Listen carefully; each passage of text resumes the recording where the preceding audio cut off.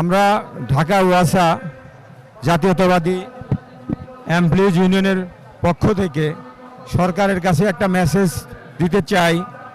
আমাদের 5 তারিখের পর থেকে আওয়ামী ফেসিস সরকারের পতনের পর আমরা যে নির্যাতন 17 বছর ভোগ করেছি, সেই নির্যাতন থেকে আমাদের শ্রমিকরা এখনও বের হয়ে আসতে পারেনি।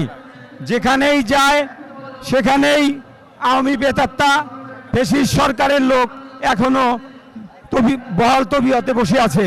পদোন্নতি দিতে গেলেও তাদের সিনিয়রিটি ভিত্তিতে তাদের পদোন্নতি হয়, আমাদের লোকের পদোন্নতি হয় না।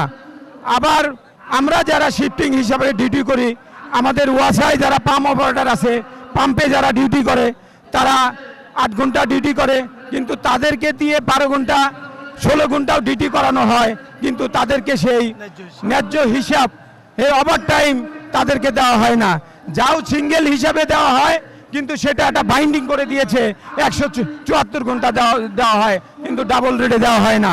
তাই আমি সরকারের কাছে জোর দাবি জানাবো, যেহেতু আজকে মে দিবস, শ্রমিকের যে অধিকার নিয়ে 8 ঘন্টার দাবিতে যে 1886 সালে যে আন্দোলন করেছিল 8 ঘন্টার দাবিতে, সেই দাবিতে 8 ঘন্টার পরেও যেহেতু আমাদেরকে অতিরিক্ত ডিউটি করানো হয়, কিন্তু সেখানে আমাদেরকে সেই অতিরিক্ত মজুরি দেওয়া হয় না।